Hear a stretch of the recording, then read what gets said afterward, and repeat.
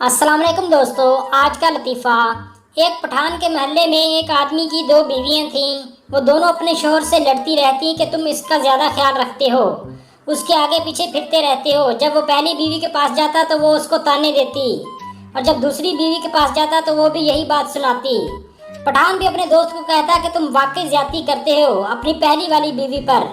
पठान ने दोस्त से कहा कि तुम देखना कि मैं भी दो लड़कियों से शादी करूंगा और दोनों को बराबर रखूंगा, हर चीज़ में इंसाफ करूंगा। लिहाजा कुछ अरसे बाद पठान भी दूल्हा बन गया और दोनों लड़कियों के लिए कपड़े, शूज़ और दीगर चीज़ें बराबर की लीं। और जब पठान निकाह करके दोनों बीवियों को घर लेकर आया तो पठान के घर एक ही दरवाज़ा था। अब पठान ने फौरन एक नया दरवाज़ा बनाया और दोनों बीवियों को अलग अलग दरवाजे से घर के अंदर दाखिल किया।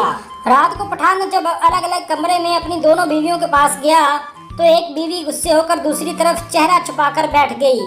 पठान ने समझा कि शर्मा रही होगी, लेकिन जब एक घंटा गुजर गया तो पठान ने कहा, क्या बात है, तुम पहली ही रात नाराज हो गई हो, बताओ मुझे ऐसा क्या कर दिया मैंने। बीवी रोते हुए बोली, आपने दूसरी बीवी को नए दरवाजे से घर में दाखिल किया है और मुझे पुराने दरवाजे से। यह सुनते ही पठान बेहोश हो गया।